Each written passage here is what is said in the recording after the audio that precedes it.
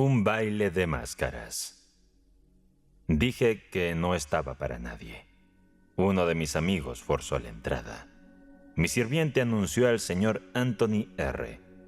Detrás del uniforme de Joseph vi la punta de un abrigo negro. Es probable que quien llevaba el abrigo, desde su perspectiva, viera el cuello de mi bata. Imposible esconderme. «Está bien, que pase», exclamé en voz alta. «Que se vaya al diablo», pensé. Mientras trabajas, solo la mujer que amas puede interrumpirte sin que te moleste, porque en el fondo siempre le interesa lo que estás haciendo. Me acerqué a él con la cara de fastidio de un escritor interrumpido en uno de los momentos de mayor duda en sí mismo, pero lo encontré tan pálido y con ojeras que lo primero que le pregunté fue: «¿Qué te sucede? ¿Qué te ocurrió?» «Permíteme respirar», respondió. «Te contaré todo, tal vez sea un sueño, o quizás esté enloqueciendo». Se dejó caer en un sillón y se cubrió el rostro con las manos. Lo observé sorprendido. Tenía el cabello mojado por la lluvia, los zapatos, las rodillas y el borde de los pantalones estaban llenos de lodo. Me asomé por la ventana. Vi a su sirviente y su carruaje en la puerta. No entendía nada de lo que estaba pasando. Notó mi asombro. «Estuve en el cementerio de Père Lachaise», reveló. «¿A las 10 de la mañana?» «Estuve allí desde las 7. Maldita fiesta de máscaras». No podía relacionar una fiesta de máscaras con Père Lachaise. Me resigné y, apoyándome en el borde de la chimenea, empecé a preparar un cigarro con la calma y paciencia de un latino. Mientras se decidía a hablar, le insinué a Anthony que solía valorar gestos como ese. Me agradeció con un gesto, pero rechazó mi ayuda. Finalmente intenté encender el cigarro. Anthony me detuvo. «Alexandre», me dijo, «por favor, escucha». «Pero si llevas un buen rato aquí y no has dicho nada». «Es una historia realmente rara». Me levanté, dejé el cigarro en el borde de la chimenea y me quedé mirándolo con resignación. Comenzaba a pensar, al igual que él, que estaba perdiendo la cordura. «¿Recuerdas la fiesta en la ópera, donde nos conocimos?», preguntó tras un silencio. «¿La última donde había al menos 200 personas?» «Ese mismo. Te dejé con la idea de sumergirme en una de esas experiencias que me mencionaron con una rareza, incluso en esos tiempos tan insólitos. Intentaste persuadirme para no hacerlo. Un destino fatal me guió». Tú, ¿por qué no presenciaste todo? Tú que tienes ese don de observar. ¿Por qué no estabas allí, Hoffman, o Callot, para capturar la escena mientras lo fantástico y cómico se desplegaba ante mis ojos? Descontento y melancólico, estuve a punto de salir de la ópera. Llegué a un salón abarrotado y bullicioso. Pasillos, palcos, platea, todo estaba lleno. Me paseé por el lugar. 20 personas disfrazadas me reconocieron y me dijeron quiénes eran. Todos eran líderes, aristócratas, empresarios, vistiendo disfraces indignos de payasos, mensajeros, bufones o vendedoras de pescado. Todos eran jóvenes de buena familia, educados, talentosos. Y allí, olvidando su educación, su talento, revivían una noche del periodo de la regencia, en medio de estos tiempos tan calmados y serios. Me habían contado sobre esto, y aún así no podía creerlo. Subí unos peldaños y, recostado contra una columna, parcialmente escondido, observé esa multitud que se movía ante mí. Sus disfraces multicolores y grotescos formaban una vista surrealista. La música comenzó a tocar. Fue entonces cuando esas figuras bufonescas comenzaron a moverse al ritmo de esa orquesta, cuyo sonido era interrumpido por gritos, carcajadas y aullidos. Se tomaban de las manos, brazos, cuellos, formando un largo espiral. Bailaban con tal intensidad que levantaban el polvo, que brillaba bajo la tenue luz de los candelabros.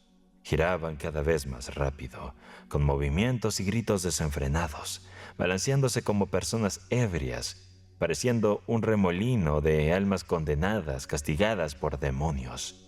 Sentía el viento de su vertiginoso movimiento.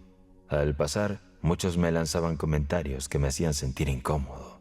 Todo ese ruido, esa música, se mezclaba en mi mente con lo que veía en mis ojos. Pronto empecé a dudar si lo que veía era real o un sueño.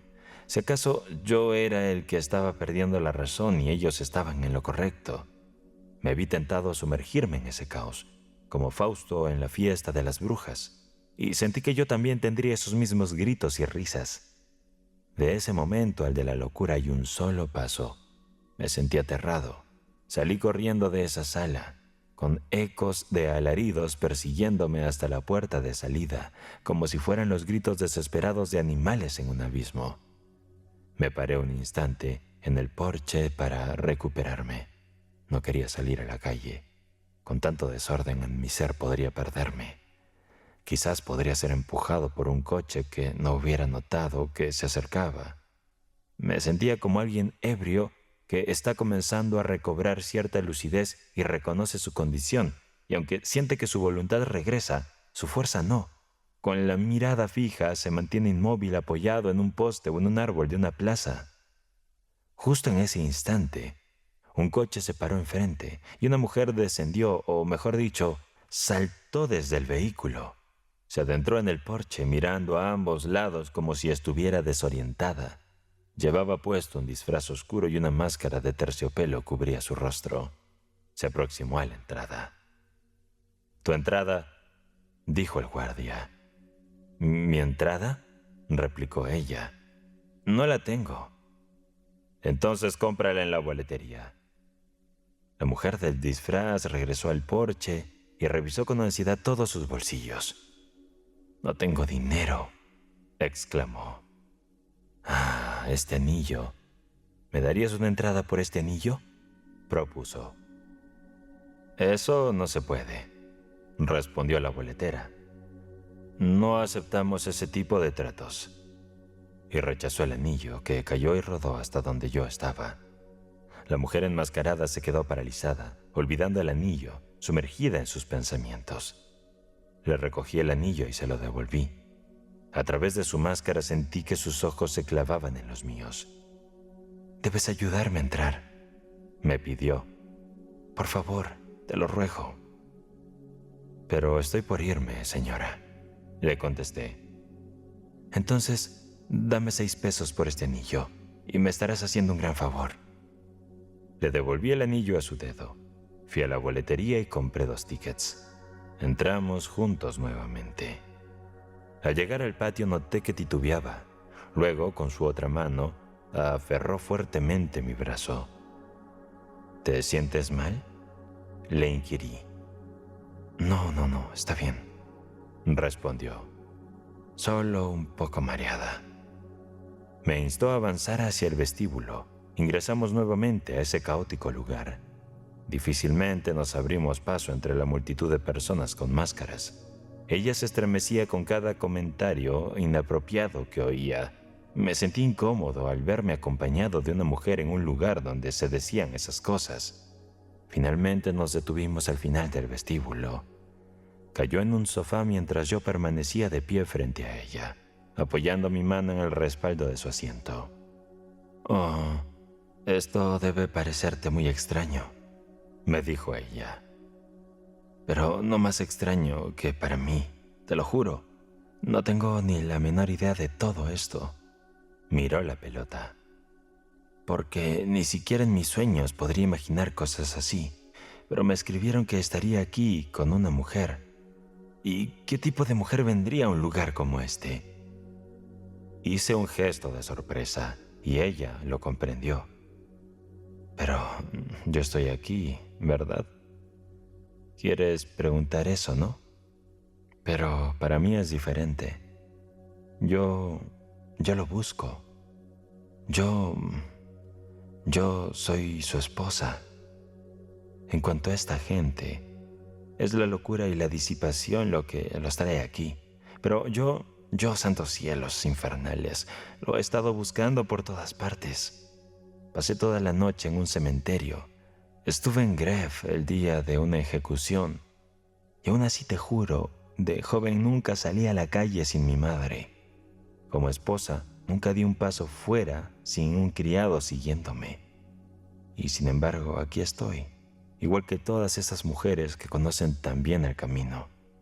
Aquí estoy, dando mi brazo a un hombre a quien no conozco, ruborizándome bajo mi máscara por lo que debe pensar de mí. Lo sé. ¿Alguna vez has sentido celos, señor? Desafortunadamente, le respondí. Ella continuó. Entonces me perdonarás porque lo entiendes. Conoces esa voz que te grita, hazlo, como en el oído de un loco. Has sentido ese brazo que te empuja hacia la vergüenza y el crimen, como el brazo del destino. Sabes que en un momento así uno es capaz de todo, si solo puede vengarse. Estaba a punto de replicar cuando, de repente, ella se levantó, fijando sus ojos en 2 fichas de dominó que pasaban frente a nosotros en ese momento. «Silencio», dijo. Me apresuré a seguir sus pasos. Me vi involucrado en una intriga que no entendía en absoluto. Sentía que todos los hilos vibraban, pero no podía agarrar ninguno. Sin embargo, esta pobre esposa parecía tan perturbada que se volvía interesante. Obedecí como un niño. Tan poderoso es el sentimiento real y nos dispusimos a seguir a las 2 máscaras, una de las cuales claramente era un hombre y la otra una mujer. Hablaban en voz baja y los sonidos apenas llegaban a nuestros oídos. «Es él», murmuró ella. «Es su voz. Sí, esa es su figura». El último soltó una risa. «Esa es su risa», dijo ella. «Es él, señor, es él». La carta decía la verdad. Oh, Dios mío, Dios mío. Mientras tanto, las 2 máscaras seguían avanzando y nosotros las seguimos. Salieron del vestíbulo y nosotros salimos tras ellos. Subieron las escaleras que conducían a los palcos y nosotros subimos tras de ellos. No se detuvieron hasta que llegaron a los palcos del centro. Éramos como sus sombras. Se abrió una pequeña caja cerrada. Entraron en ella y la puerta se cerró tras ellos. La pobre criatura que sostenía en mi brazo me inquietaba por su agitación. No podía ver su rostro, pero al tenerla tan cerca, podía sentir los latidos de su corazón, su temblor y la tensión de sus extremidades. Era extraño recibir tal percepción de sufrimiento extremo de alguien cuyo rostro no podía ver, cuya agonía presenciaba ante mis ojos y cuyas razones desconocía por completo. Sin embargo, en ese momento, no habría dejado a esa mujer por nada del mundo. Cuando vio que las 2 máscaras ingresaban a la caja y ésta se cerraba sobre ellos, se detuvo un instante, como petrificada. Luego de un salto, se acercó a la puerta para escuchar. En su posición, cualquier movimiento la habría delatado y arruinado. La agarré bruscamente por el brazo, abrí la puerta de la caja vecina, la traje hacia mí, bajé la reja y cerré la puerta. «Si deseas escuchar», le dije, «al menos hazlo desde aquí». Ella se arrodilló y apoyó su oído en el tabique, mientras yo permanecía de pie en el lado opuesto, con los brazos cruzados, la cabeza inclinada y pensativo. Todo lo que había podido observar de esa mujer indicaba una belleza excepcional. La parte inferior de su rostro, que no estaba cubierta por la máscara, era juvenil, tersa y redondeada. Sus labios eran rojos y delicados. Sus dientes, que la máscara de terciopelo negra que caía justo por encima de ellos hacía parecer aún más blancos, eran pequeños, separados y brillantes. Su figura, para ser sostenida entre los dedos, su cabello negro y sedoso se derramaba profusamente bajo la capucha de su dominio, y el pie de un niño que asomaba juguetón bajo su falda parecía luchar por encontrar equilibrio, siendo todo ágil, grácil y etéreo como era. Qué asombrosa obra de perfección debía ser. El afortunado que la tuviera en sus brazos, que experimentara todas las pasiones de ese espíritu entregado al amor, que sintiera los latidos de su corazón contra el suyo, sus temblores, sus palpitaciones nerviosas, y que pudiera decir, todo esto es por amor a mí, solo a mí entre millones de hombres, por mí el elegido. Oh, ese hombre, ese hombre. Estos eran mis pensamientos cuando de repente vi a la mujer se levantaba, se giraba hacia mí y me decía con voz quebrada y apasionada, «Monsieur, soy hermosa, lo juro, soy joven, tengo solo 19 años. Hasta ahora he sido pura como un ángel de la creación». Oh, bien, me rodeó el cuello con los brazos. Oh, bien, soy tuya, tómame. En ese momento sentí sus labios presionar los míos y experimenté una sensación más parecida a un mordisco que a un beso. Un escalofrío recorrió todo mi cuerpo, dejándome sobrecogido y consternado. Mis ojos se nublaron por un instante bajo un velo de llamas.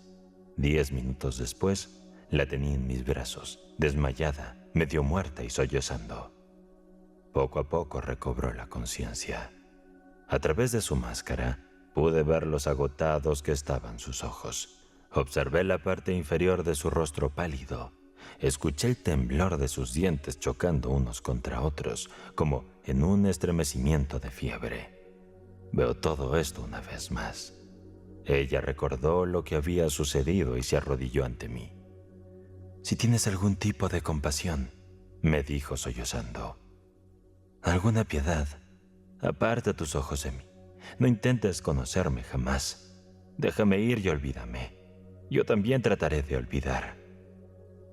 Al escuchar estas palabras, se levantó de un salto, abrió la puerta de golpe y volvió a mirarme. «No me sigas, por favor. Monsieur, no me sigas», exclamó. La puerta se abrió con violencia. Se cerró de nuevo entre ella y yo. La apartó de mi vista como una aparición. Nunca la volví a ver. Nunca más la he visto. Desde entonces, durante los últimos 6 meses, la he buscado por todas partes, en bailes, espectáculos, paseos. Cada vez que he visto a una mujer de figura esbelta, con pies de niña, cabello negro, la he seguido, me he acercado, he mirado su rostro esperando que su rubor me la delatara. Pero en ningún lugar la he vuelto a encontrar, en ningún lugar la he vuelto a ver, excepto en la noche, excepto en mis sueños. Ahí siempre regresa. La siento sus brazos, sus caricias punzantes, tan apasionadas como si estuviera algo de lo demoníaco en ella. Entonces la máscara cae y su rostro aparece ante mí, a veces grotesco, borroso como si estuviera velado en una nube, a veces radiante como si estuviera rodeada por una aureola, a veces pálido, con la calavera blanca y desencarnada, los ojos desvanecidos de las cuencas, los dientes castañeando y escasos. Desde esa noche he dejado de vivir. Ardo en una pasión desquiciada por una mujer que no conozco, siempre esperando y siempre decepcionado de mis esperanzas. Celoso sin razón, sin saber de quién estar celoso, sin atreverme a confesar tal locura, y todo el tiempo perseguido, atrapado, consumido, devorado por ella. Al concluir estas palabras, sacó una carta de su pecho. «Ahora que te he contado todo», me dijo, «toma esta carta y léela». Tomé la carta y comencé a leer. «Has olvidado a una pobre mujer que no ha olvidado nada y que muere porque no puede olvidar. Cuando recibas esta carta, yo ya no estaré. Entonces ve al cementerio, pídele al conserje que te permita ver entre las tumbas más recientes una que tenga en su lápida el simple nombre de Marie. Y cuando te encuentres frente a esa tumba, arrodíllate y reza». «Ah, bien», continuó Antonio. «Recibí esta carta ayer y fui allí esta mañana. El portero me condujo a la tumba y permanecí de rodillas durante 2 horas rezando y llorando. ¿Comprendes? Ella estaba allí, Esa mujer, su espíritu apasionado se había ido. Su cuerpo, consumido por él, se había quebrado bajo el peso de los celos y el remordimiento. Estaba allí bajo mis pies. Había vivido y había muerto, desconocida para mí. Desconocida, ocupando un lugar en mi vida como había ocupado uno en la tumba. Desconocida, enterrando en mi corazón un cadáver frío y sin vida, como había enterrado uno en la tumba. Oh, ¿puedes imaginar algo tan espantoso? Por lo tanto, ahora no hay esperanza. Nunca volveré a verla. Desenterraría su tumba para intentar recuperar algún rastro con el que reconstruir su rostro. Y la amo todavía. ¿Comprendes, Alejandro? La amo como un loco y me mataría en este mismo instante para reunirme con ella si no tuviera que permanecer desconocida para mí por toda la eternidad, como lo fue en este mundo. Con estas palabras, él arrancó la carta de mis manos, la besó repetidamente y comenzó a llorar como un niño pequeño. Lo abracé y, sin saber qué decir, lloré con él.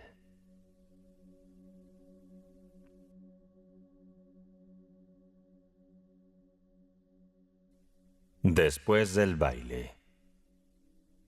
¿Y tú afirmas que una persona no puede por sí misma entender qué es el bien y qué es el mal? Que todo depende del ambiente, que el ambiente sobrepasa a la persona. Sin embargo, yo opino que todo se debe a la casualidad. Veamos mi caso.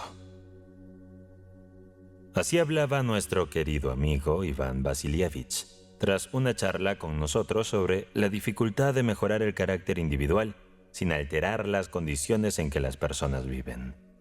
De hecho, nadie había afirmado que uno no pueda discernir por sí mismo el bien del mal, pero era habitual en Iván Vasilievich reaccionar así ante las ideas que la conversación generaba en su mente y demostrar esos pensamientos compartiendo episodios de su vida. Frecuentemente olvidaba el propósito de su relato, pero siempre lo narraba con autenticidad y emoción. Y eso es lo que hizo ahora. Consideremos mi caso. Mi vida fue definida, no por el ambiente, sino por algo completamente distinto.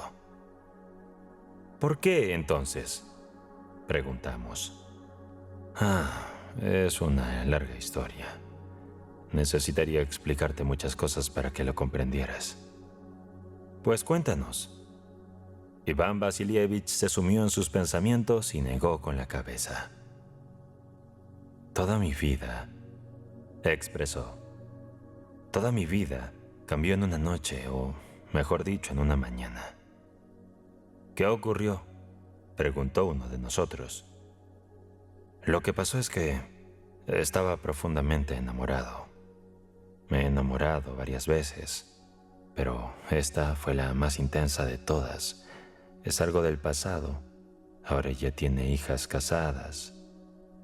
Era Varinka B. Iván Vasilievich dijo su apellido. Incluso a los 50 años es increíblemente hermosa. Pero en su juventud, a los 18, era sublime. Alta, delgada, elegante y distinguida. Sí, distinguida es el término. Se paraba muy recta. Por instinto, podría decirse, llevaba la cabeza alta y eso junto con su belleza y estatura le daba un porte de reina. A pesar de ser delgada, incluso se podía decir esquelética. De hecho, podría haber sido intimidante si no fuera por su sonrisa, siempre alegre y acogedora, y por el encanto brillante de sus ojos y su dulzura juvenil.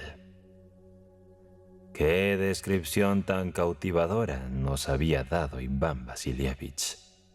Descripción, de hecho. No podría pintártela de manera que la apreciaras plenamente. Pero eso no importa. Lo que les voy a contar sucedió en los años 40. En ese entonces era estudiante en una universidad de provincia. No sé si era bueno o malo, pero en aquellos tiempos no teníamos clubes políticos ni teorías en nuestras universidades. Éramos simplemente jóvenes, pasando el tiempo como lo hacen los jóvenes, estudiando y divirtiéndonos. Era un muchacho feliz, vivaz y sin preocupaciones. Y además tenía bastante dinero. Tenía un buen cabello y solía salir en trineo con las señoritas. El patinaje aún no se había popularizado. Asistía a fiestas con mis amigos. En aquellos tiempos solo bebíamos champán. Si no había champán, no bebíamos nada. Nunca tomábamos vodka, como se hace ahora. Las fiestas nocturnas y los bailes eran mis entretenimientos preferidos.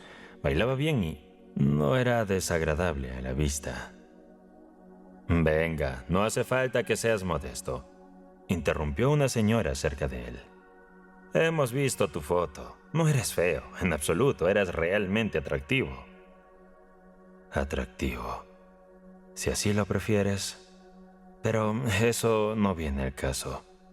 Cuando mi amor por ella estaba en su punto más alto, en el último día del carnaval, fue a un baile en la casa del mariscal provincial. Un hombre anciano, agradable, rico y hospitalario, un chambelán de la corte. Los invitados eran recibidos por su esposa, tan amable como él. Ella vestía un traje de terciopelo color puce, con una tiara de diamantes en la frente y sus hombros y pecho, regordetes y blancos, estaban descubiertos al estilo de los retratos de la emperatriz Isabel, la hija de Pedro el Grande. Fue un baile maravilloso.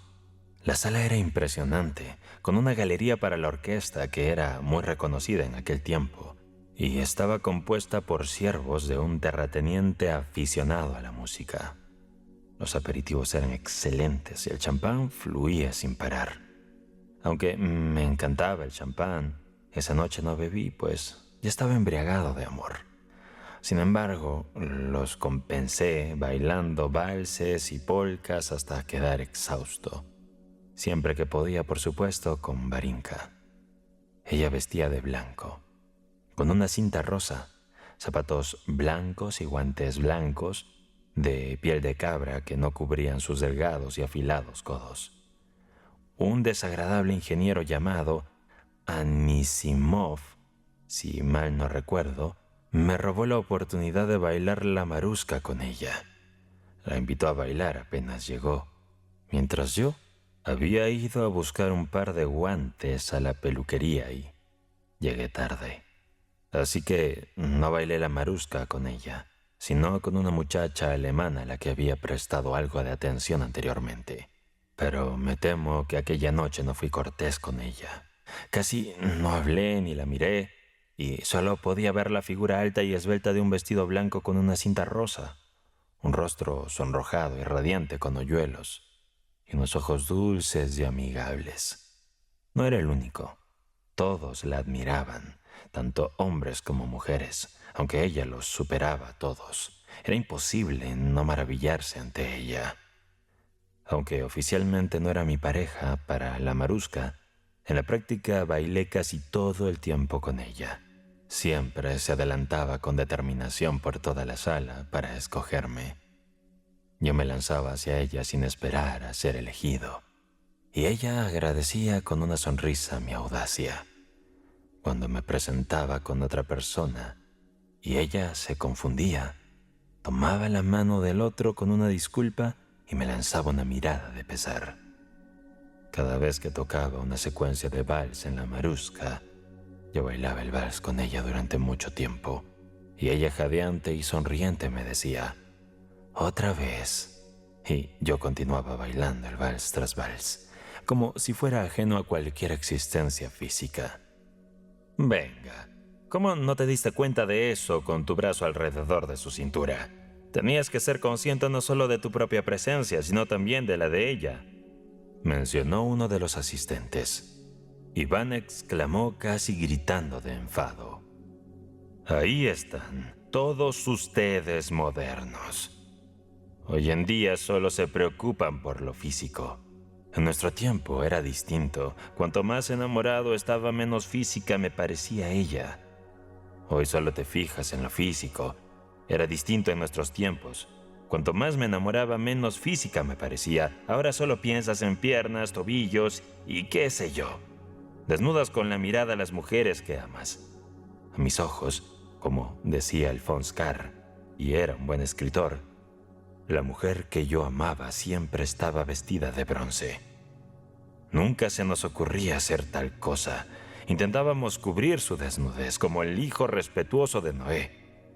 Oh, bueno, no lo pueden entender.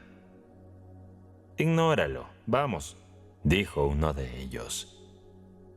Bueno, bailé la mayor parte del tiempo con ella y no me percaté de cómo volaba el tiempo.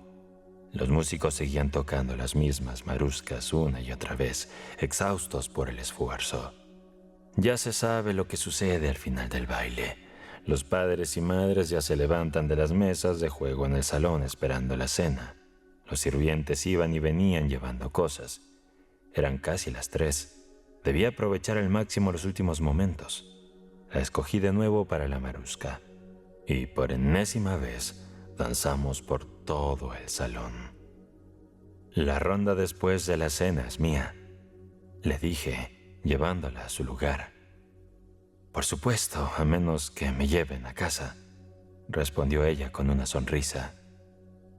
No te dejaré, le dije. Dame mi abanico, de todas formas, contestó ella.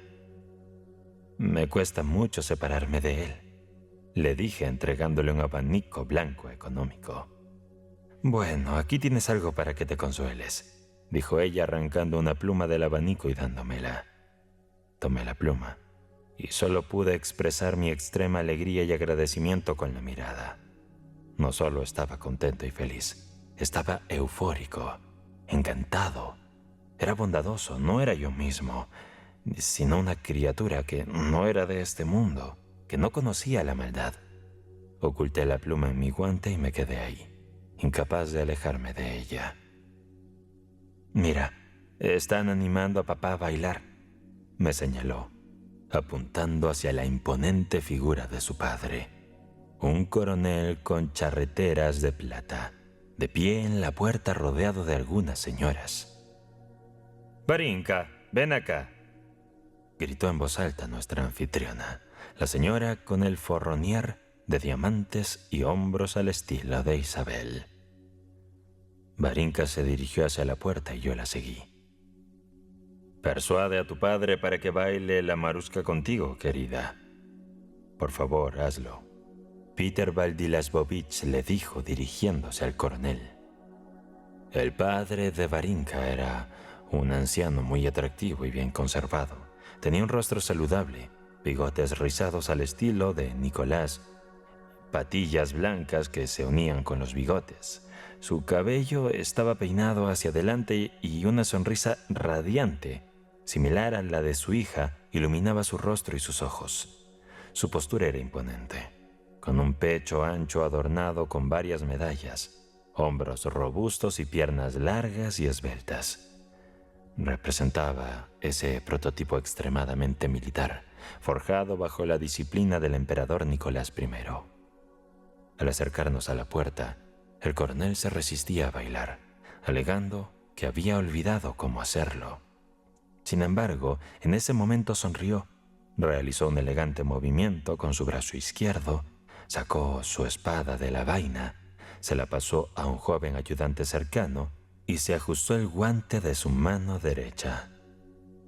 «Todo debe hacerse de forma reglamentaria», comentó con una sonrisa. Tomó la mano de su hija y se posicionó girando un cuarto de vuelta en espera de la música. El primer sonido de la marusca pisó fuerte con un pie, avanzó el otro y al principio de manera lenta y suave, y luego con vigor y energía, marcando el paso, y con el sonido de las botas su alta y digna figura se movió a través del salón. Varinka, con gracia a su lado, se movía rítmica y ágilmente, adaptando sus pasos, cortos o largos, en sus zapatillas de satén blanco.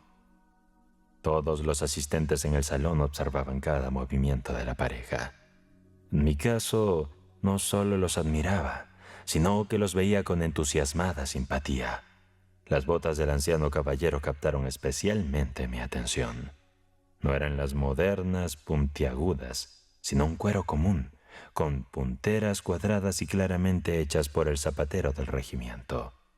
Reflexioné sobre cómo, para que su hija pudiera vestirse y asistir a eventos sociales, él no compraba botas modernas, sino que prefería las hechas en casa, y encontré conmovedor el detalle de las punteras cuadradas. Era evidente que en su juventud había sido un excelente bailarín, pero ahora el peso le impedía moverse con la misma ligereza, y sus piernas ya no tenían la elasticidad para ejecutar todos los pasos elegantes que intentaba. Aún así, logró completar 2 giros por el salón. Al final, al separar las piernas y juntar súbitamente los pies, cayendo de rodillas, un tanto pesadamente, mientras ella danzaba alegremente a su alrededor, ajustándose la falda y sonriendo, todo el salón estalló en aplausos. Se levantó con esfuerzo y con delicadeza, sostuvo el rostro de su hija en sus manos, la besó en la frente y me la presentó, creyendo que yo era su pareja para la marushka. Le corregí diciéndole que no era así. «Bueno, no importa. Baila por el salón con ella», me dijo con una sonrisa amable mientras volvía a guardar su espada. Como el líquido de una botella empieza a fluir sin esfuerzo, después de la primera gota vertida, mi amor por Varinka parecía desatar todo el poder del amor dentro de mí. Al abrazarla, era como si abrazara el mundo entero. Sentí amor por la anfitriona con sus tiaras y sus hombros al estilo de Isabel, por su esposo, sus invitados, sus sirvientes e incluso por el ingeniero Anisimov, quien parecía estar de mal humor conmigo. Respecto al padre de Varinka con sus zapatillas de casa y su sonrisa gentil, tan similar a la de ella, experimenté una ternura que rozaba el éxtasis. Tras la cena cumplí mi promesa de bailar la cuadrilla con ella, y aunque ya me sentía extremadamente feliz, mi felicidad aumentaba a cada momento. No discutimos sobre el amor, ni ella ni yo cuestionamos si me amaba. Me bastaba con saber que yo la amaba, y solo tenía un miedo, que algo perturbara mi gran felicidad. Al regresar a casa y comenzar a vestirme para acostarme, me di cuenta de que era imposible. Tenía en mi mano una pequeña pluma de su abanico y uno de los guantes que me había dado cuando la ayudé a subir al carruaje después de su madre. Observando estas cosas y, sin poder cerrar los ojos, podía verla tal como estaba en el momento en que debía elegir entre 2 pretendientes. Trataba de descifrar qué tipo de persona era yo, y aún puedo escuchar su dulce voz preguntando: «Orgullo, ¿acierto?», mientras me ofrecía su mano alegremente. En la cena, tomó el primer sorbo de mi copa de champán, mirándome por encima del borde con una mirada llena de ternura. Pero más que nada, la veía mientras bailaba con su padre, deslizándose a su lado y mirando a los admiradores con orgullo y alegría. Ellos 2 estaban entrelazados en mi mente, en una oleada de tierna emoción. En ese entonces vivía con mi hermano, que ya falleció. Le desagradaba salir y jamás asistía a fiestas. Además, estaba concentrado en prepararse para sus finales de universidad y mantenía una rutina muy ordenada. Ya estaba durmiendo. Lo observé, con la cabeza sumergida en la almohada y parcialmente cubierto por la cobija. Y sentí una profunda compasión por él. Compasión porque desconocía la felicidad que yo estaba viviendo. Nuestro sirviente Petrusha vino a recibirme con una vela, listo para ayudarme a desvestirme, pero le mandé a retirarse. Su rostro somnoliento y su cabello alborotado me resultaron profundamente emotivos. Intentando no hacer ruido, caminé de puntillas hacia mi habitación y me senté en la cama. No, estaba demasiado feliz, no podía dormir. Además, hacía demasiado calor en las habitaciones. Sin despojarme del uniforme, salí serenamente al vestíbulo, me coloqué el abrigo, abrí la puerta principal y me dirigí hacia la calle. Eran pasadas las 4 de la madrugada cuando dejé el baile. Ir a casa y permanecer allí un rato me había tomado 2 horas.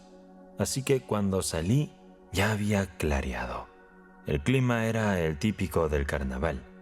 Niebla, las calles llenas de nieve húmeda, recién derretida, y agua goteando de los aleros. La familia de Varinka residía en las afueras de la ciudad, cerca de un amplio campo, en uno de cuyos extremos se encontraba un campo de entrenamiento militar y en el otro un internado para señoritas. Crucé nuestra solitaria callejuela y llegué a la calle principal, donde me topé con peatones y trineos cargados de madera, cuyos patines chirriaban contra el pavimento.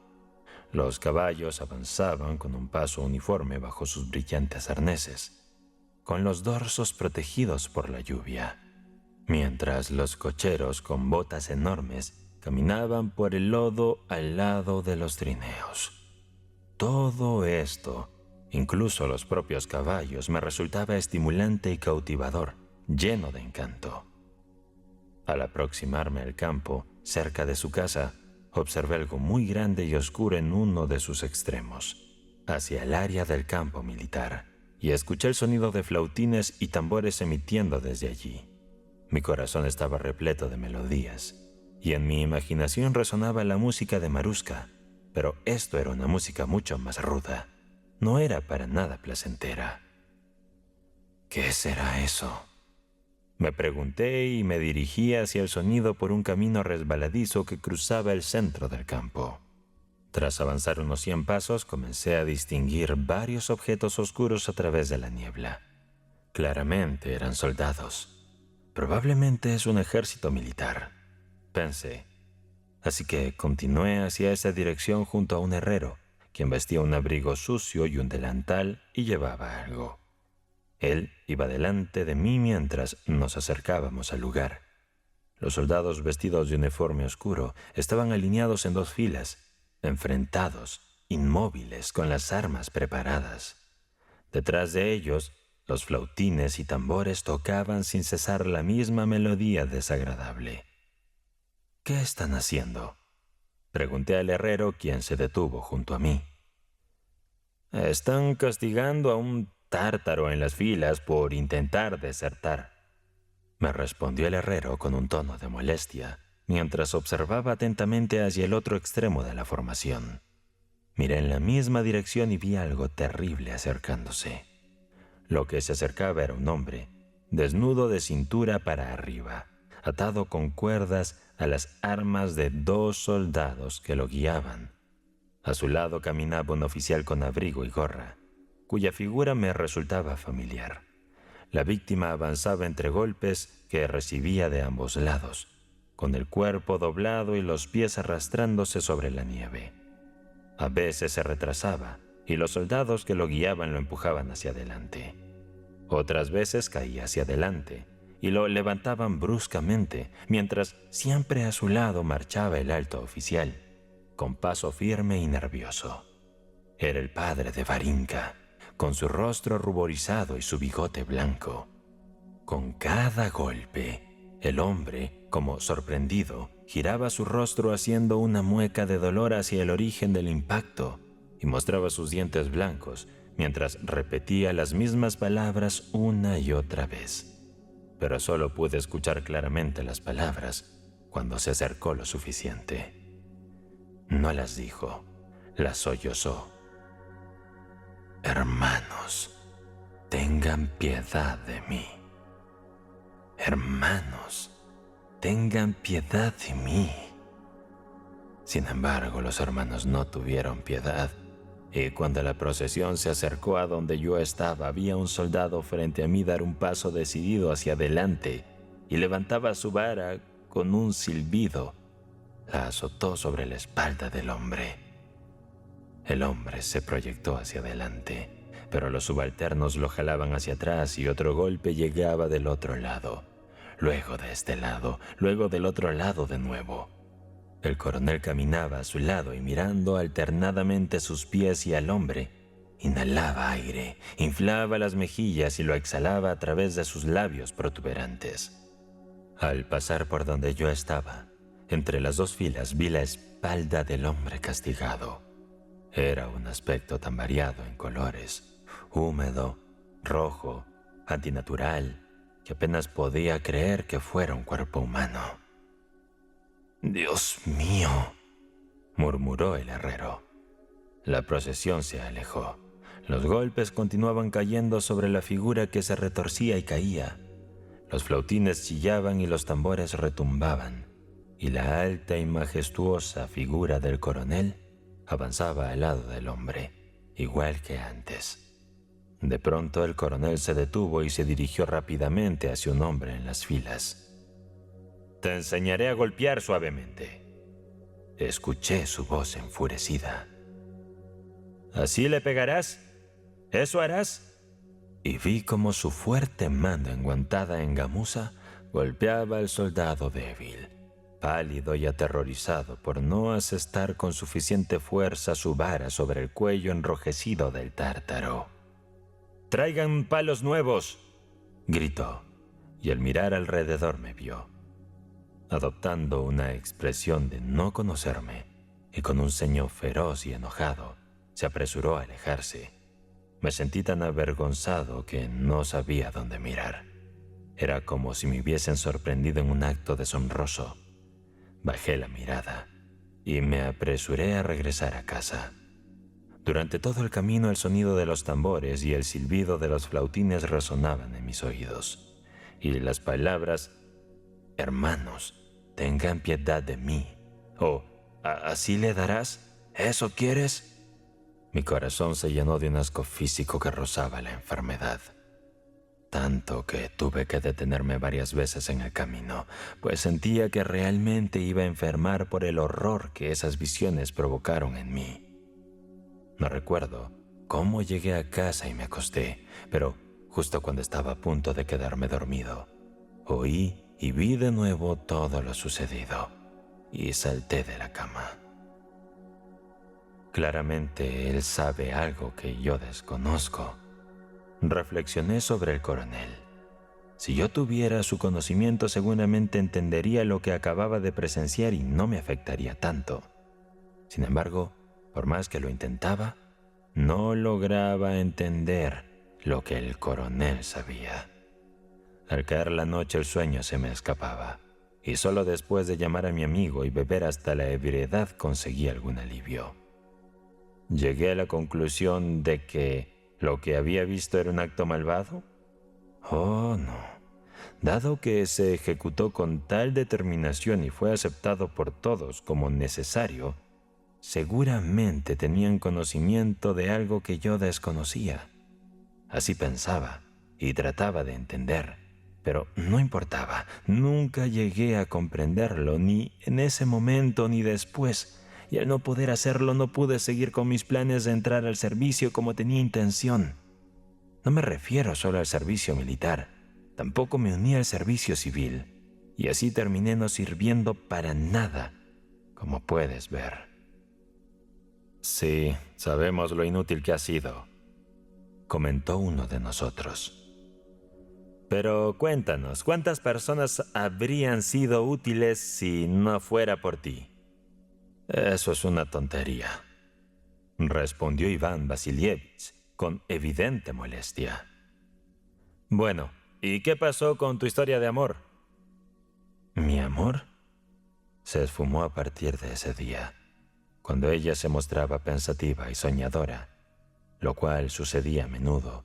Inmediatamente me venía a la mente la imagen del coronel en el campo de armas, y me sentía tan incómodo y fuera de lugar que comencé a visitarla menos. Así que mi amor se disipó. Sí, esos momentos surgen y pueden cambiar y dirigir el curso de la vida de uno. Concluyó. ¿Y tú dices...?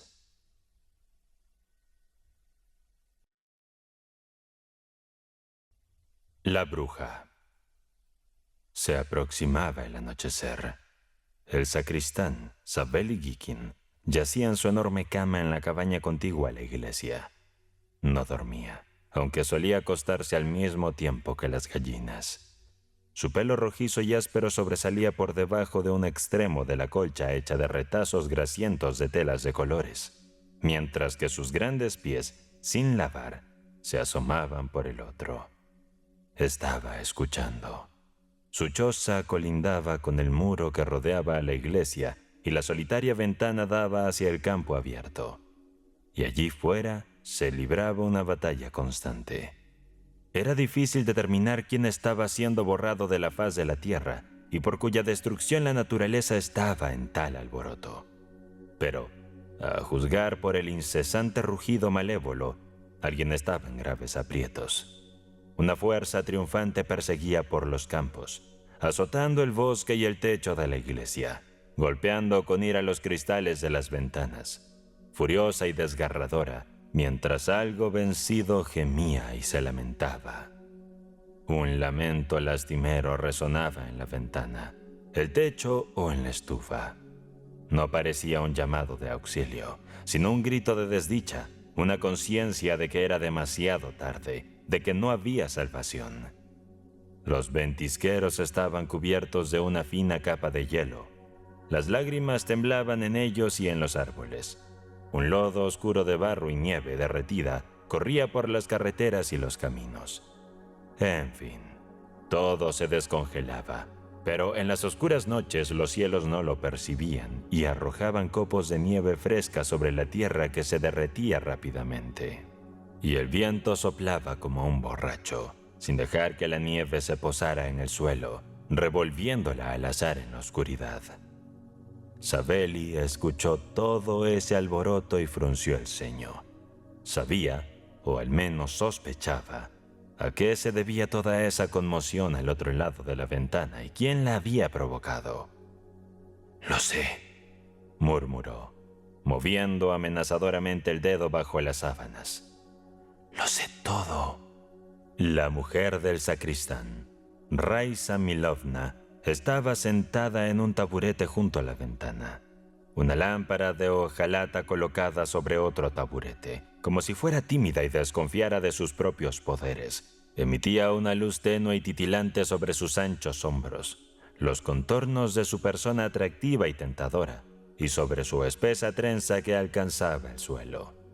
Estaba cosiendo cascos de cáñamo con manos ágiles, mientras su cuerpo entero, sus ojos, cejas, labios carnosos y cuello blanco permanecían tan inmóviles como si estuvieran dormidos, absortos en el trabajo monótono y mecánico. Solo de vez en cuando, alzaba la cabeza para descansar el cansado cuello. Observaba un momento hacia la ventana donde la tormenta de nieve arreciaba, y luego se inclinaba nuevamente sobre su arpillera. Su hermoso rostro con nariz respingona y hoyuelos no expresaba ni deseo, ni alegría, ni pena. Era como una hermosa fuente que no expresa nada cuando no fluye. Finalmente, terminó un saco. Lo dejé a un lado y, estirándose lujosamente, posó sus ojos inmóviles y opacos en la ventana. Los cristales estaban cubiertos de gotas como lágrimas y blancos copos de nieve que caían sobre ellos miraban a Raisa y se derretían. «Ven a la cama», gruñó el sacristán. Raisa permaneció en silencio, pero de repente parpadeó sus pestañas y sus ojos brillaron con atención. Savelli, que la observaba atentamente desde abajo de la colcha, asomó la cabeza y preguntó: «¿Qué pasa?» «Nada, me gustaría que alguien viniera», respondió en voz baja. El sacristán apartó las sábanas con brazos y piernas, se arrodilló en la cama y miró a su esposa sin comprender. La débil luz de la lámpara iluminaba su rostro peludo y marcado por la viruela, y se reflejaba en su áspero cabello enmarañado. «¿Oyes?», preguntó su esposa. A través del constante rugido de la tormenta, captó un débil tintineo fino y monótono, apenas audible, como la nota aguda de un mosquito cuando trata de posarse en la mejilla de alguien y se irrita al ser impedido. «En el poste», murmuró Savelli, agachándose sobre sus talones. A 3 kilómetros de la iglesia pasaba el camino de correos. Cuando el viento soplaba desde la carretera hacia la iglesia, los habitantes de la cabaña podían oír el sonido de las campanas. Dios mío, qué casualidad que la gente tenga que viajar con este clima, suspiró Raisa. Es el trabajo del gobierno, tienen que hacerlo, quieran o no, respondió él. La conversación quedó suspendida en el aire y se desvaneció. Ya pasó, dijo Savelli, volviendo a la cama. Pero antes de que tuviera tiempo de cubrirse con las sábanas, escuchó claramente el sonido de una campana. El sacristán miró ansiosamente a su esposa, saltó de la cama y comenzó a caminar nerviosamente de un lado a otro junto a la estufa. La campana siguió sonando durante un momento y luego se apagó como si hubiera cesado.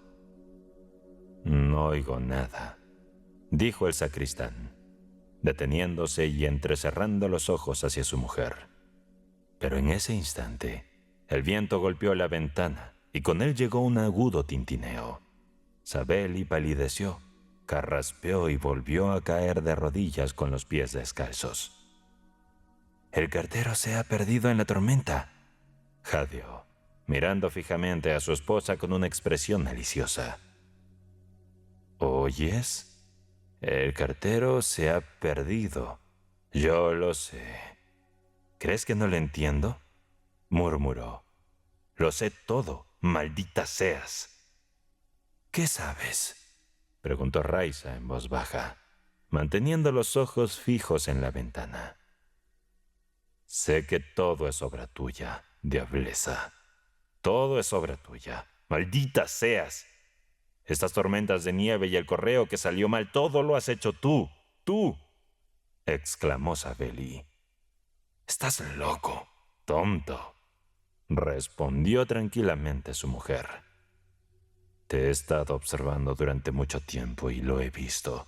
Desde el primer día que me casé contigo noté que tenías sangre de perra». «Ch», exclamó Raisa, sorprendida, encogiéndose de hombros y cruzándose de brazos. «Basta, tonto».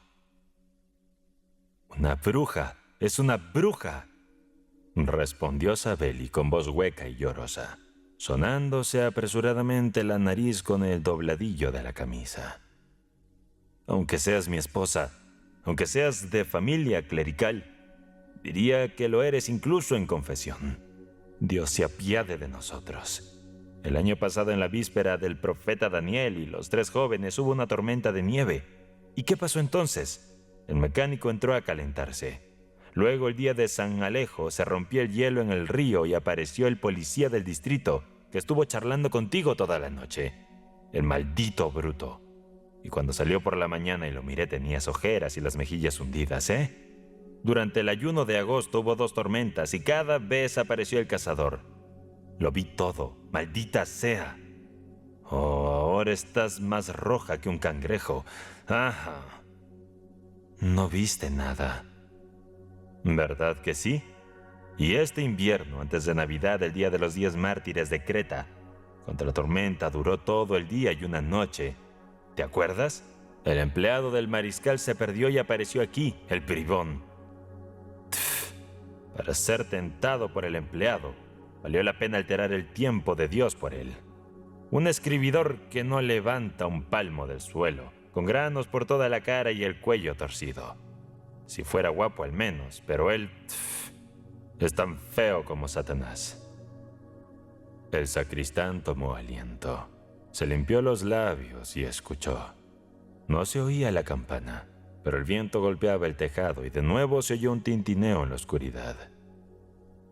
«Y ahora es lo mismo», continuó Savelli. «No es por nada que el cartero está perdido. Malditos sean mis ojos si el cartero no te está buscando. Oh, el diablo es un buen ayudante en su trabajo. Es un buen ayudante. Dará vueltas y vueltas y lo traerá aquí. Lo sé, lo veo.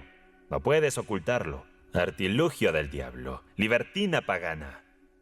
Desde que comenzó la tormenta supe lo que estabas tramando». «Aquí hay un tonto», sonrió su esposa.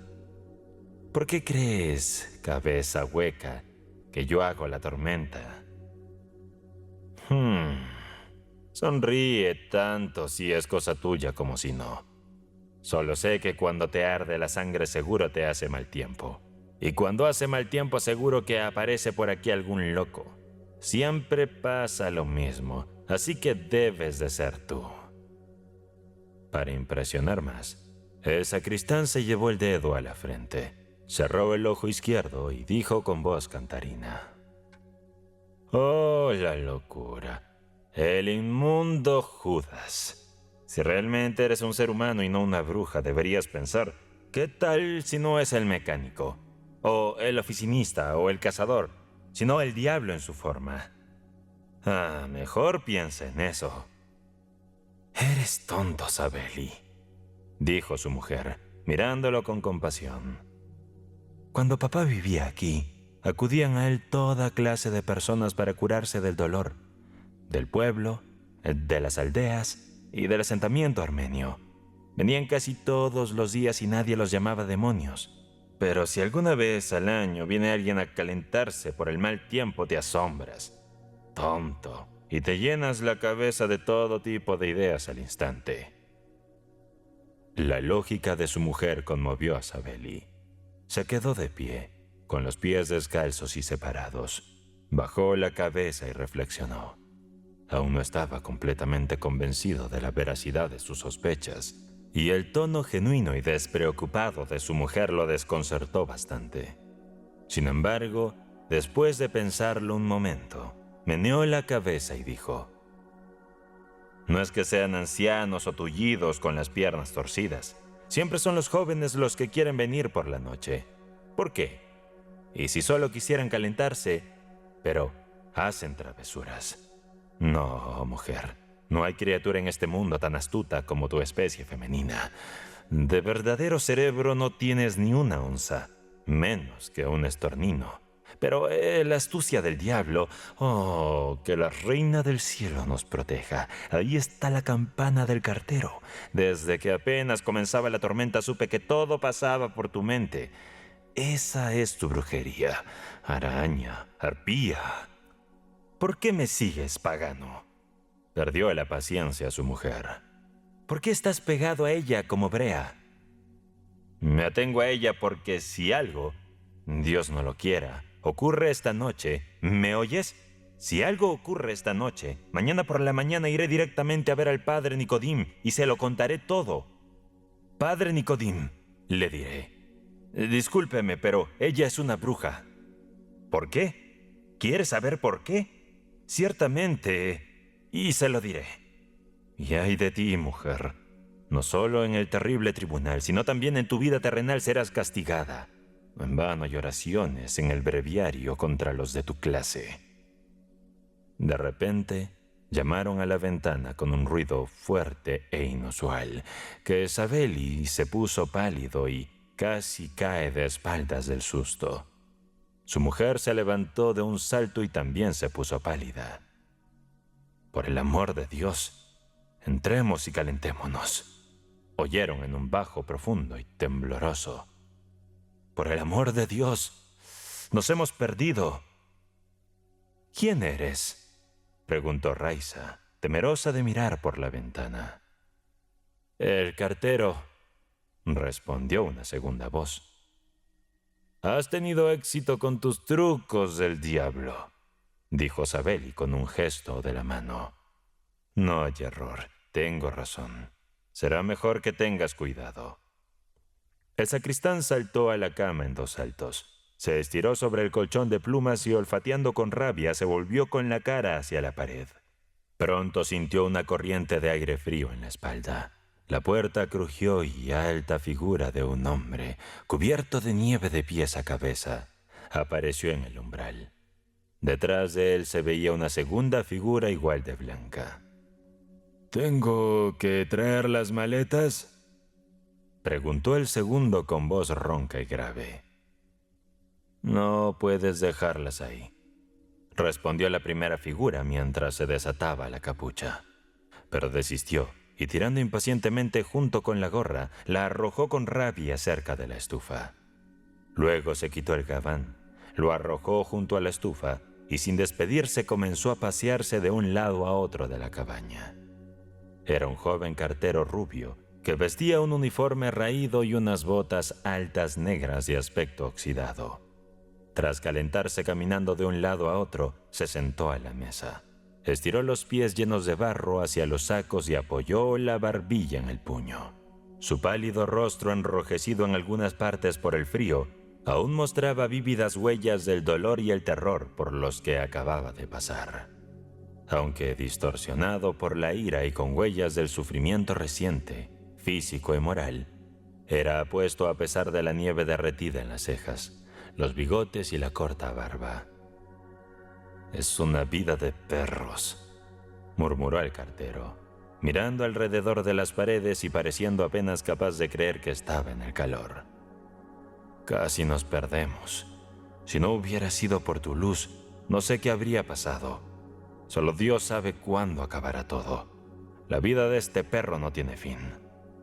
«¿A dónde hemos venido?», preguntó, bajando la voz y alzando los ojos hacia la mujer del sacristán.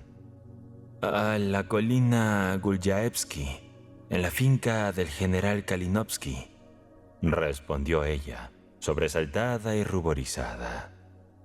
«¿Me oyes, Stefan?». El cartero se volvió hacia el conductor, que estaba encajando la puerta con una enorme bolsa de correo sobre los hombros. «Hemos llegado a la colina Gulyaevsky». «Sí, estamos muy lejos». Pronunciando estas palabras como un ronco suspiro, el cochero salió y poco después regresó con otra bolsa. Luego salió una vez más, y esta vez trajo la espada del cartero en un gran cinturón, del modelo de aquella larga hoja plana con la que Judith es retratada junto al lecho de Holofernes en las xilografías baratas. Colocó las bolsas junto a la pared. Salió a la habitación exterior, se sentó allí y encendió su pipa.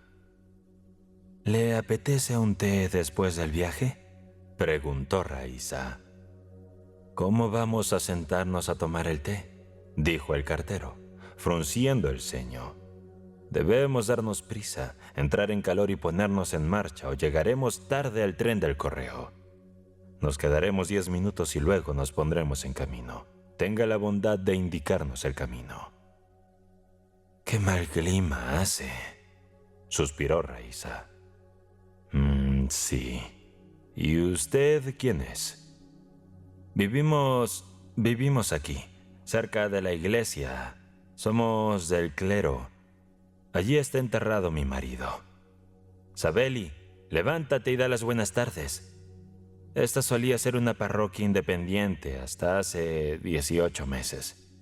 Claro, cuando la alta burguesía vivía aquí, había más gente y los servicios valían la pena. Pero ahora la alta burguesía se fue, y no hace falta decir que el clero no tiene cómo mantenerse. El pueblo más cercano es Markovka, y está a más de 3 millas. Sabeli ahora está jubilado y consiguió el trabajo de ser vigilante. Tiene que cuidar la iglesia. Y el cartero fue informado de inmediato que si Sabeli fuera a ver a la señora del general y le pidiera una carta para el obispo, le darían una buena tunda. Pero él no va a ver a la señora del general, porque es perezoso y tiene miedo de la gente. Nosotros también somos el clero», añadió Raisa. «¿Cómo se sostienen?», preguntó el cartero. «Hay un huerto y un prado que pertenecen a la iglesia, pero de ahí no sacamos mucho. El viejo tacaño, el padre Nicodim del pueblo vecino, celebra aquí el día de San Nicolás en invierno y en verano, y se lleva casi toda la cosecha para él. No hay nadie que nos defienda». «Mientes», gruñó Sabeli con voz ronca. «El padre Nicodín es un alma santa, una lumbrera de la iglesia, y si se lleva algo, es lo que dice el reglamento». «Llevas una cruz», dijo el cartero con una sonrisa. «¿Cuánto tiempo llevan casados?» «Fue hace 3 años, el último domingo antes de Cuaresma. Mi padre fue sacristán aquí en los viejos tiempos. y cuando llegó su hora, fue al consistorio y pidió que enviaran algún soltero para casarse conmigo, y así yo pudiera mantener el lugar. Así que me casé con él. «Ajá, así que mataste 2 pájaros de un tiro», dijo el cartero observando a Sabeli. «Conseguiste esposa y trabajo al mismo tiempo». Sabeli retorció la pierna con impaciencia y se acercó a la pared. El cartero se apartó de la mesa, se estiró y se sentó sobre la bolsa de correo. Después de pensarlo un momento, apretó las bolsas con las manos, cambió de posición y se recostó con un pie tocando el suelo. «Es una vida difícil», murmuró, poniendo las manos detrás de la cabeza y cerrando los ojos. No se le desearía ni a un tártaro salvaje. Pronto todo quedó en silencio. Solo se escuchaba el olfato de Sabeli y la respiración lenta y uniforme del cartero dormido, que emitía un profundo y prolongado con cada respiración. De vez en cuando se oía en su garganta un sonido parecido al crujido de una rueda, y su pie tenso se movía contra la bolsa. Sabeli se removió bajo las mantas y miró lentamente a su alrededor. Su esposa estaba sentada en un taburete, con las manos apretadas contra las mejillas, mirando el rostro del cartero. Su expresión era inmóvil, como la de alguien asustado y estupefacto. «¿Qué miras con la boca abierta?», susurró Sabeli en tono enfadado. «¿Qué pasa? Acuéstate», respondió su mujer sin apartar la vista del visitante. Sabeli exhaló airadamente y se volvió bruscamente hacia la pared. 3 minutos después se dio la vuelta inquieto, se arrodilló en la cama y con las manos en la almohada miró con recelo a su esposa. Ella seguía sentada, inmóvil, con la mirada fija en el visitante. Sus mejillas estaban pálidas y sus ojos brillaban con un fuego extraño. Sabeli carraspeó, se arrastró hacia adelante como fuera de la cama y acercándose al cartero, le puso un pañuelo sobre la cara. «¿Para qué es eso?», preguntó su mujer. «Para mantener la luz fuera de sus ojos». «Entonces apaga la luz». Sabeli miró con desconfianza a su mujer, frunció los labios hacia la lámpara, pero luego reconsideró y juntó las manos. «¿No es una artimaña diabólica?», exclamó. «¿Hay alguna criatura más astuta que las mujeres?». «Ah, demonio de larga falda», siseó su esposa, frunciendo el ceño con irritación. «Espera un momento». Acomodándose más cómodamente, volvió a mirar al cartero. No le importaba que tuviera la cara cubierta. No estaba tan interesada en su rostro como en todo su aspecto, en la novedad de aquel hombre. Su pecho era ancho y poderoso, sus manos delgadas y bien formadas, y sus piernas gráciles y musculosas eran mucho más atractivas que los muñones de Sabeli. En realidad no había comparación posible. «Aunque sea un diablo de larga falda», dijo Sabeli después de un breve silencio, «no tienen por qué dormir aquí. Es responsabilidad del gobierno. Tendremos que responder por ellos. Si tienen cartas que entregar, que las entreguen. No pueden quedarse dormidos». Tú!», gritó Sabeli hacia afuera. «Tú, conductor, ¿cómo te llamas? ¿Necesitas que te muestre el camino? Levántate, los carteros no deben dormir». Y Sabeli, completamente despierto, corrió hacia el cartero y le tiró de la manga. «Oiga, señor, si tienes que irte, vete. Si no, no te duermas aquí. No es apropiado». El cartero se levantó de un salto, se sentó, recorrió la cabaña con la mirada perdida y volvió a tumbarse. «¿Pero cuándo te irás?», pateó Sabeli. «Para eso tienes el trabajo, para ser puntual, ¿me oyes? Yo te llevaré». El cartero abrió los ojos, calentado y relajado por su primer dulce sueño, aún no del todo despierto. Vio como a través de una neblina el cuello blanco y los ojos inmóviles y seductores de la mujer del sacristán. Cerró los ojos y sonrió como si todo hubiera sido un sueño. «Vamos, ¿cómo vas a salir con este tiempo?», escuchó una voz suave y femenina.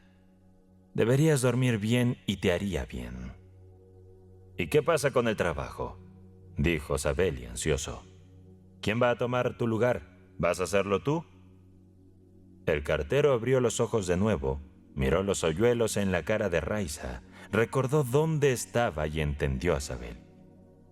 Pensar en salir a la fría oscuridad le hizo temblar y estremecerse. ¿Podría dormir otros 5 minutos? Dijo bostezando. De todos modos, llegaré tarde. Puede que lleguemos justo a tiempo, respondió una voz desde la habitación exterior. No todos los días son iguales. Tal vez el tren se retrase un poco por suerte. El cartero se levantó y, estirándose perezosamente, comenzó a ponerse el abrigo. Sabelli relinchó de alegría al ver que sus visitantes se preparaban para partir. «Ayúdanos un poco», llamó el conductor mientras levantaba una bolsa de correo. El sacristán salió corriendo y ayudó a arrastrar las bolsas de correo hasta el patio. El cartero comenzó a deshacer el nudo de su capucha. La mujer del sacristán lo miró a los ojos, como si quisiera ver directamente en su alma. «Deberías tomar una taza de té», sugirió ella. «No diría que no, pero ya sabes, nos estamos preparando», asintió él. «De todos modos, llegamos tarde». «Quédate», susurró ella, bajando los ojos y tocándole la manga. El cartero finalmente deshizo el nudo y se echó la capucha sobre el codo indeciso. Se sentía cómodo parado junto a Raiza. «¿Qué cuello tan fino tienes?», y le tocó el cuello con los 2 dedos, viendo que ella no se resistía. Continuó acariciándole el cuello y los hombros. «Digo, eres... Sería mejor que te quedaras. Toma un poco de té». «¿Dónde lo colocas?», se escuchó la voz del conductor desde fuera. «Ponlo de manera transversal». «Sería mejor que te quedaras. Escucha cómo aúlla el viento». Y el cartero, que aún no estaba completamente despierto, que aún no podía sacudirse del todo el sueño embriagador de la juventud y la fatiga, de repente se sintió abrumado por un deseo que hacía que olvidara las bolsas de correo, los trenes postales y todas las cosas del mundo.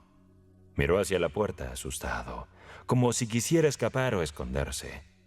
Tomó a Raiza por la cintura y estaba a punto de inclinarse sobre la lámpara para apagar la luz, cuando oyó el ruido de botas en la habitación exterior y el conductor apareció en la puerta. Sabelli miró por encima del hombro. El cartero soltó rápidamente las manos y se quedó quieto, indeciso. «Todo está listo», dijo el conductor. El cartero se quedó quieto por un momento, levantó la cabeza resueltamente como si finalmente se hubiera despertado por completo y siguió al conductor hacia la salida. Ella se quedó sola. «Vamos, sube y muéstranos el camino», se escuchó. Una campana sonó suavemente, luego otra, y las tintineantes notas de una larga y delicada cadena se alejaron de la cabaña. Cuando poco a poco se fueron apagando, Raiza se levantó y comenzó a pasearse nerviosamente de un lado al otro. Al principio estaba pálida, pero luego se enrojeció. Su rostro se contorsionaba de odio, su respiración temblorosa. Sus ojos brillaban con una ira salvaje y feroz. Paseándose como una tigresa enjaulada, parecía amenazada con hierro al rojo vivo. Por un momento se detuvo y contempló la habitación. Casi la mitad estaba ocupada por la cama, que se extendía a lo largo de toda la pared y consistía en un sucio colchón de plumas, almohadas toscas y grises, y una colcha y trapos sin nombre de diversos tipos. La cama era una masa fea e informe, que recordaba el desaliñado cabello de Sabelli cada vez que se le ocurría peinarlo. Desde la cama hasta la puerta, que daba a la fría habitación exterior, se extendía la oscura estufa rodeada de ollas y paños colgantes. Todo incluido Sabeli mismo ausente, estaba sucio, grasiento y desaliñado, hasta el último detalle, haciendo un contraste extraño con el cuello blanco y delicado piel de la mujer. Ella corrió hacia la cama, extendió las manos como si quisiera arrojarla, pisotearla y hacerla pedazos. Pero entonces, como asustada por el contacto con la suciedad, retrocedió de un salto y empezó de nuevo a pasearse de un lado a otro. Cuando Sabeli regresó 2 horas más tarde, exhausto y cubierto de nieve, Rice estaba desnuda y en la cama. Tenía los ojos cerrados, pero por el leve temblor que corría su rostro, supo que no estaba dormida. En el camino a casa se había prometido interiormente esperar hasta el día siguiente y no molestarla, pero no pudo resistirse a lanzarle una mordaz puya. Tu brujería ha sido en vano. Se ha ido, dijo sonriendo con malévola alegría. Su mujer permaneció en silencio, pero le temblaba la barbilla. Sabeli se desnudó lentamente, se arrastró sobre su mujer y se tumbó junto a ella a la pared.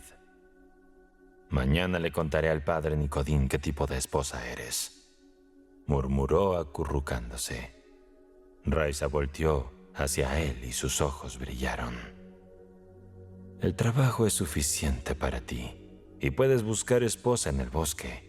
Maldito seas, dijo ella. No soy una esposa para ti, un patán torpe, un necio.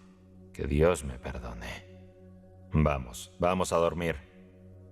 ¡Qué desgraciada soy! Sollozó su esposa. Si no fuera por ti, me habría casado con un comerciante o algún caballero. Si no fuera por ti, ahora amaría a mi marido. Y no te habrían enterrado en la nieve. No te habrían congelado en el camino. Tú, Herodes. Raisa lloró durante mucho tiempo. Finalmente soltó un profundo suspiro y se quedó quieta. La tormenta continuaba rugiendo afuera. Algo gemía en la estufa, en la chimenea, más allá de las paredes. Y a Sabeli le pareció que esos gemidos resonaban dentro de él, en sus oídos. Aquella noche confirmó completamente sus sospechas sobre su esposa. Ya no dudaba de que ella, con la ayuda del maligno, controlaba los vientos y los trineos postales. Pero para añadir dolor a su desdicha, este misterio, este poder sobrenatural y extraño, dotaba a la mujer que estaba a su lado de un encanto peculiar e incomprensible, del que antes no se había dado cuenta. El hecho de que, en su estupidez, la envolviera inconscientemente con una aura poética, la hacía parecer más pura, más elegante, más inalcanzable. «Bruja», murmuró indignado. «Horrible criatura». Sin embargo, mientras esperaba que aquella se calmara y comenzara a respirar regularmente, tocó su cabeza con el dedo. Sostuvo su gruesa trenza en la mano durante un momento. Ella no lo sintió.